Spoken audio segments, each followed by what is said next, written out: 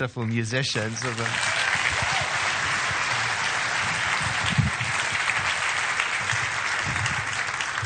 I asked Stephen to sing that song because we're right in the middle of talking about intuition and the windmills of our minds and all the stuff that goes on inside there. So I just love that. We're right at the end of our series about intuition, and I don't know about you, but it's working on me. Nobody.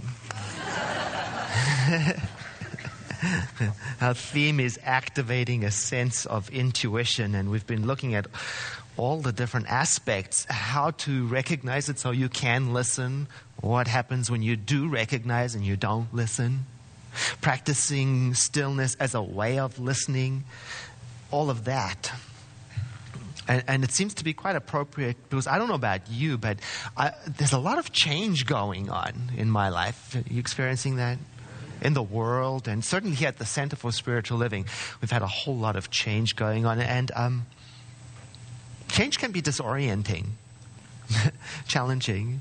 So I've been enrolling the leadership, the different groups within the center, the practitioners, the board of trustees, the staff, and now you. We're working together during this time of change, and we've been practicing along certain specific lines with the question, what is ours to do as leadership? What's ours to do? Because with change going on, is it our job to maintain the change? If something is broken, is our job to fix it? Is it our job to make sure the church grows? What is our job to do? Because as we looked at it together, we said, well, none of that's really our job. We've got different responsibilities and certain things we're supposed to do, but what is really ours to do is for each one of us in our own way to awaken to the highest consciousness we can, and then let that consciousness instruct us as to what should be done and shouldn't be done. Because, if you've been here a while, and I see many familiar faces, because you already know consciousness is cause. That's what makes you a metaphysician. And I mention it because I notice for me that at times of change, times of stress, times of confusion, times of growth, very often my first reaction is to turn to what is happening in the outer world for instruction. And if it's broken, fix it. And if it's in disarray, replan it. Get a strategy. Get the ducks all lined up. And then I forget, what is it that's cause? Because I'm so focused on the effect. Planning and strategy is very important, and part of that's my responsibility, and you've got your responsibilities. That's all good. And at the same time, the thing that makes us a spiritual center in comparison to, say, for example, any other kind of, let's say, commercial enterprise or organization, the thing that makes us a spiritual center is that we are about practicing to make our primary work be in consciousness. In the sacred silence, where intuition is. So we're all about practicing to make our inner work our first work. And I have to tell that to myself frequently. Because as I said, my tendency is to look around first, outside. Look at the effects and deal with them. And goodness knows there are all kinds of things out there that need dealing with. Out in my world, out in my garage, out in my checkbook, out in my relationships, out in my job, out in my household. Things to do. And then so I get busy with it, and now I've got a lifetime work ahead of me. Fixing things. And because I don't look at the place where everything originates in mind, then the world out there continues to endlessly represent to me the state of my consciousness, tirelessly reproducing in form what was first conceived in mind. Now, I know it's not for everybody, but it's why you are a metaphysician.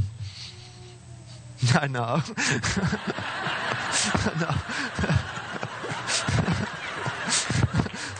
I know.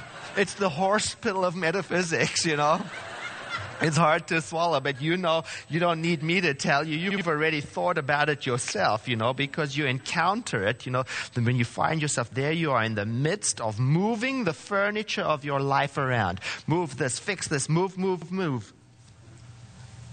But the direction from within is staying the same all the time. So you can never move enough furniture. Yeah? Yeah.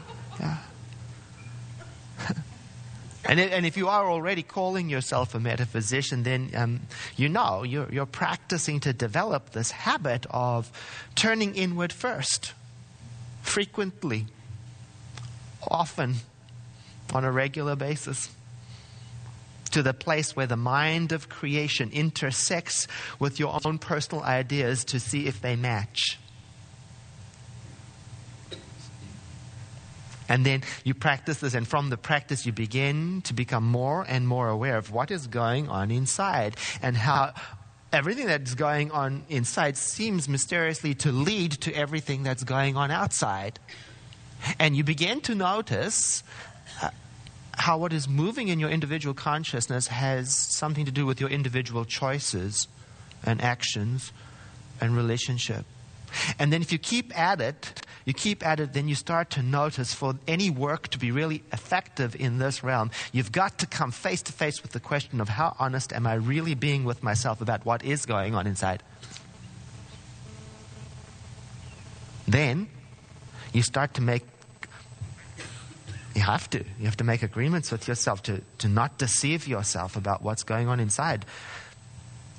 Because you've got to begin to notice the difference between what you say because you want it to be true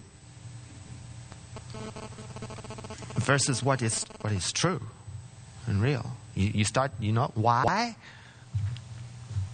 Because you start to notice that it is very difficult to change anything in consciousness if you and I are not willing to fess up about what's inside there.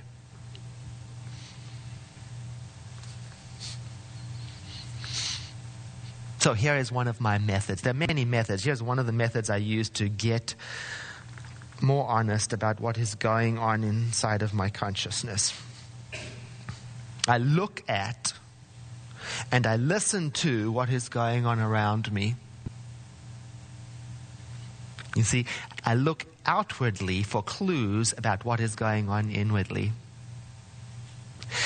In particular, I listen to what is being said to me to get some clues about what I'm saying to myself.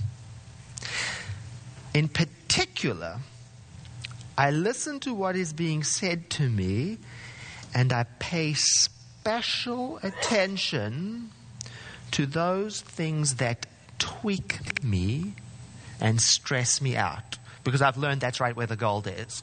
That's where it is. That's where it is. Right there. And what tweaks you? That's where the gold is. There. I use this example often when I'm teaching the self-mastery class, so forgive me if you've heard it already, but when we get to that part about projection and taking things personally and reactiveness, I tell the story about several years ago, a visitor came to the Center for Spiritual Living, and I used to stand and greet people as they went out, and she's standing there shaking my hand, talking to me in the middle of her sentence. She stops and she looks at me and she says, "Yeah, you're not 30 years old, are you?" Here's the point. If it tweaks me, then it's for me. Yeah? So a couple of years ago, many years ago, actually, another visitor comes to the service, and after the service he comes up and he says, "Pastor, I had a good time in your center. It's very, very welcoming, but you're just not connected to your heart. I just don't get it."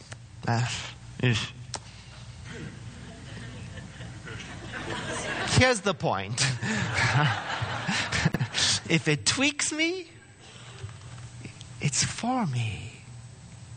See, now I'm not even dealing with whether those comments are right or wrong or just or unjust or kind or unkind. That's a whole nother message and another theme for another month. I'm just listening for, does it tweak me? Because I'm looking for gold. I notice as life gets on, things move faster. I need the gold now. I'm just listening. Does it tweak me? I'm looking for the gold because on one hand, I notice I want the war in the world to come to an end, but I can't even prevent myself from having warlike thoughts in moments like this. War is terrible in the world, but inside here it's fine. Yeah? So I notice I can be in denial about that. About the warlike nature of my inner world. I can say it's all out there. It's the fault with those warmongers, you know. And the cost of being in such denial is that I start to then develop a belief in a world in which I am helpless.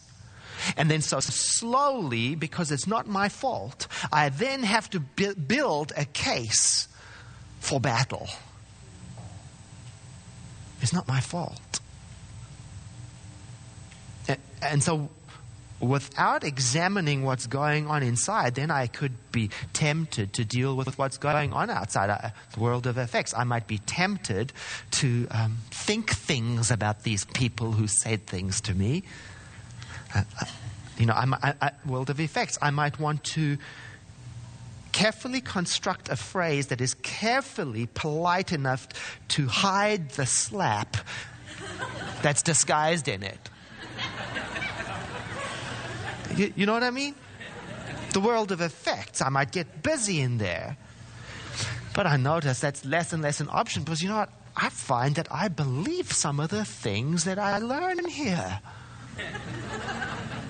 I really believe that I exist in a friendly universe that is for me. Well, then how are these things for my highest good? How are they?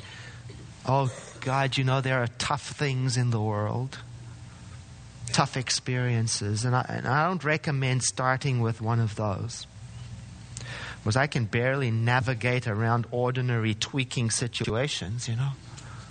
So I start there. Start right there, you know. So she says, oh, so you're not 30.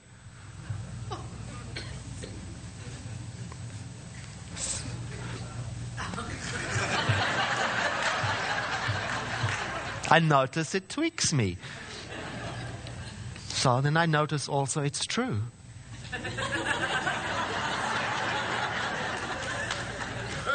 Now I have the opportunity. Now I can agree with the truth of the statement and step away from making analysis and opinions about the person delivering it.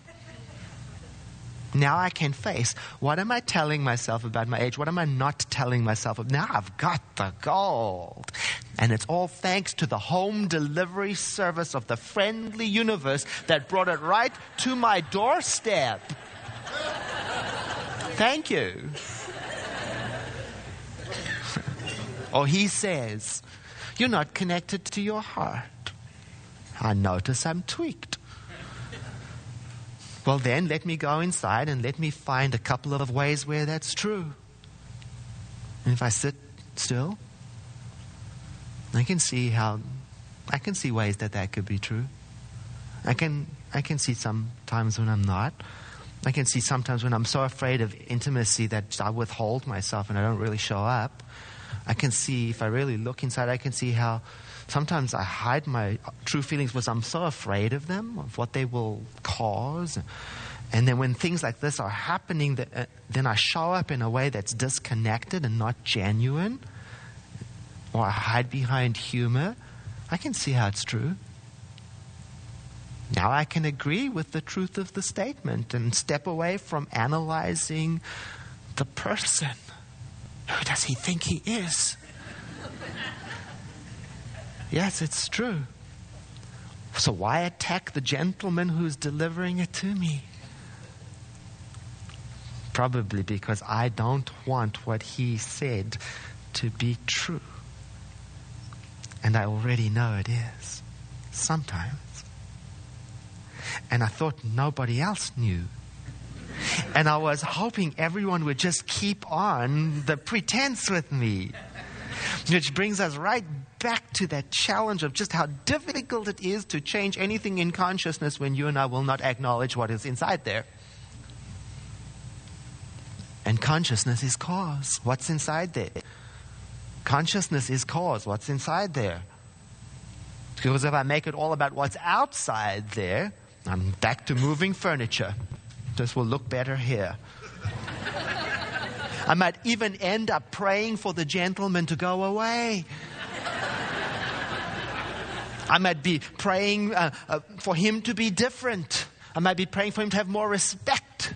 I might be praying for him to see me as I truly am. He did.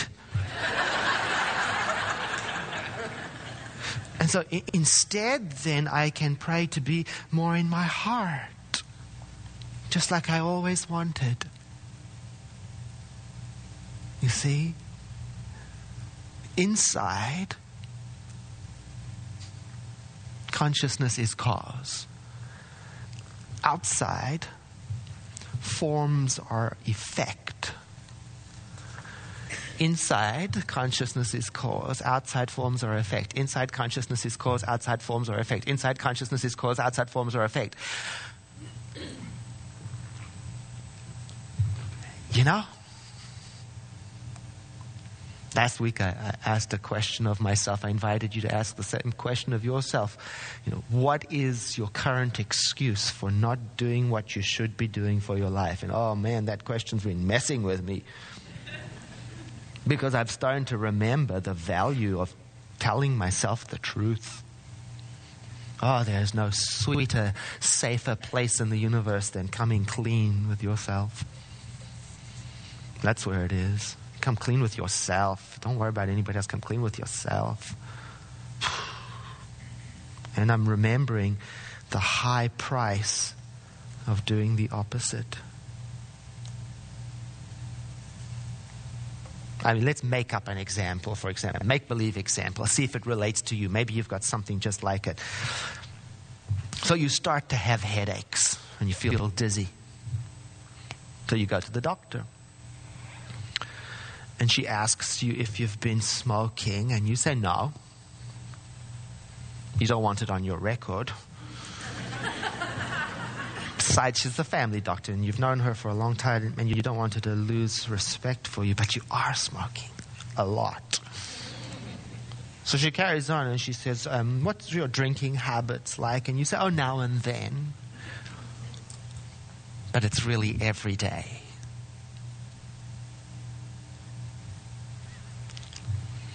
Now, what are the chances that the doctor's strategy for your healing will be negatively influenced by the absence of real information?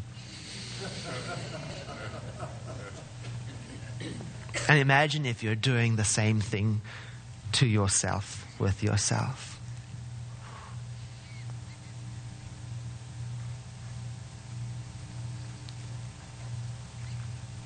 Or let's make up another make-believe situation. You hear about the Center for Spiritual Living, so you get on the phone and you call the office and you speak to the receptionist and you say to him, I've heard about the Center for Spiritual Living and I'd really like to come there. I think there's something there for me. And he says, well, all right, let me give you directions. Where do you live? And for some reason you're embarrassed about the neighborhood you live in, so you say, I live in Fountain Grove. So he begins to give you directions that turn out to be not so helpful. Because now you have to manipulate them to get where you want to go. And it turns out it takes you twice as long to get there because your point of departure was never acknowledged. Now imagine if you're doing the same to yourself with yourself. Not saying where you really are. Do you know, when I first started in metaphysics, I found things moved really fast. Spiritual mind treatment, everything, things moving. I was open, ready on. And then slowly it slowed down. More and more, less and less moved. And I wondered about that, and I realized over time I was getting closer and closer to the place where my outer prayers did not match my inner stories. I'm praying to go to Santa Rosa. I'm standing in Los Angeles, but I'm telling everybody I'm in Seattle. So I notice I'm heading north, but nothing's happening. And my story is it's the map that's faulty. How am I supposed to do anything with this map?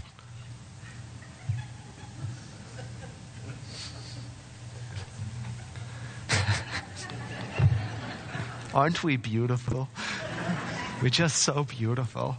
We're just exquisite. Byron Katie asks a powerful question. She asks us, who would you be without your story? You know, I've answered that question. I try to answer it all the time. I've come up with several answers that really help me. But I figured out one more answer. Who would I be without my stories? Without my stories, I would be an answer to my own prayers. Did you get that? Without my stories, I would be my own answer to my prayers.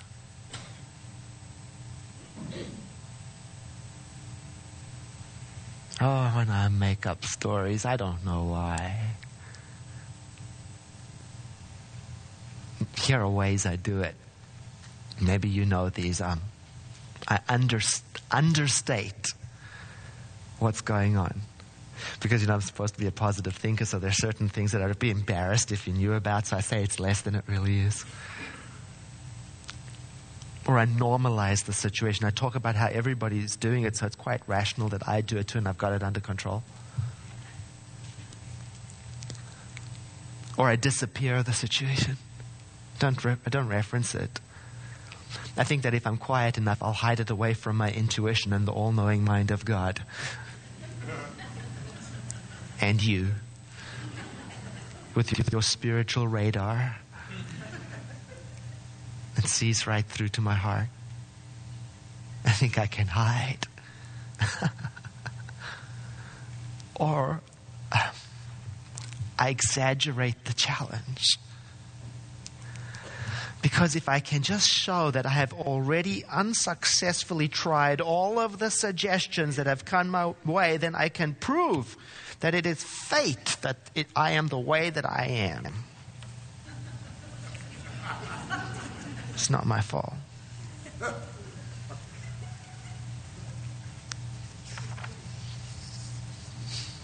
But if I want to discover my stories, I'm going to need a compass. It's the one I've mentioned already, one of many compasses, but this one's a good one. Look for where it tweaks you. Because typically in my life where it tweaks me, it's pointing directly to an area where there is something for me to learn, heal, expose, bring into the light, because there's a story there that I have begun to believe and live by. I also try to keep in mind, though, you know, that other people's opinions will oftentimes reveal as much about them as it will tell you about you. But that's their business. That's a whole nother seminar, too. It's not my business right now. Because I'm not saying that you and I should allow other people's opinions to establish our happiness or define our lives or set our direction, or that we should agree with everything that everyone says in the world. I'm saying just notice when you're tweaked, though, and go right to it. Now, I've noticed for me that as I do that more and more, I depend less and less on the approval of other people, because I'm becoming more and more aware that we're all just about doing the best we can. come up with stories to help us cope with moving through life and explain what's going on. Stories are everywhere, so we might as well use them to raise consciousness. Stories. I notice sometimes I like your stories about me. True or false, I like them. Sometimes I don't understand them. How did you get that? Sometimes they tweak me. Okay. Thank you. But they're all just stories. And they can help me understand my own consciousness. And consciousness is cause. Consciousness is cause. Not effects. Consciousness is cause. Try repeating these words after me. My confidence in life is complete. My faith in love is supreme. My mind is centered in God. My thought rests gently in peace. And whenever you hear those words again, just repeat them after me. So now I invite you to let your eyes close. My confidence in life is complete. My faith in love is supreme. My mind is centered in good. My thought rests gently in peace. I am one with the perfect action of the universe, and everything I do and say and think is moved into right action with the universe, into right understanding with the laws of the universe, because it is the harmonious action of the great whole that is working through me now and at all times.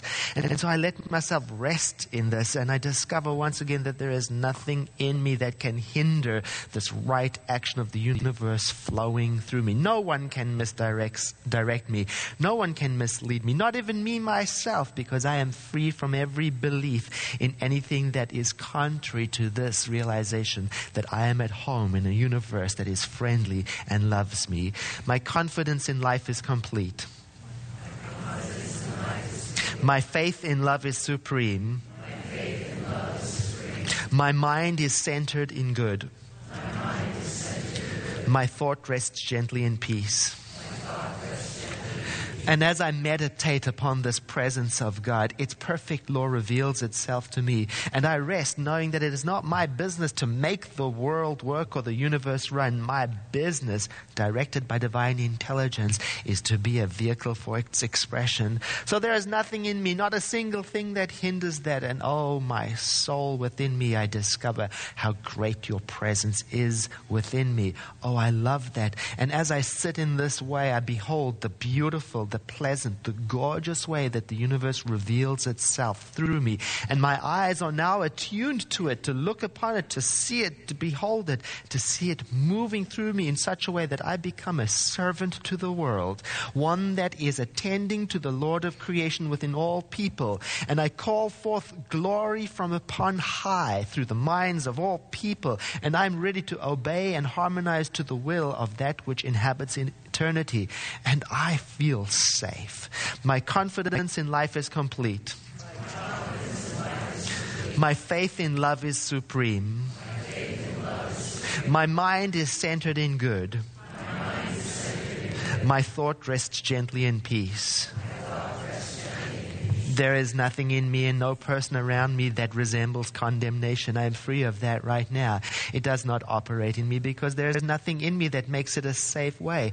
I walk the way of love. It is my own way. I am immune to all suggestions of the group mind, of advertising, of inheritance, of compulsions. And I discover that what is in me is something I did not create. There is a presence, a power, a spirit, a love, a peace that passes understanding. And oh, my soul rejoices at this realization. It makes me glad. And then I behold an inner light. And that light talks to me in language my soul understands. And in its presence I cannot be sad. Oh, my soul within me, rejoice. Your light is alive in me. And I behold you. I love you. My confidence in life is complete.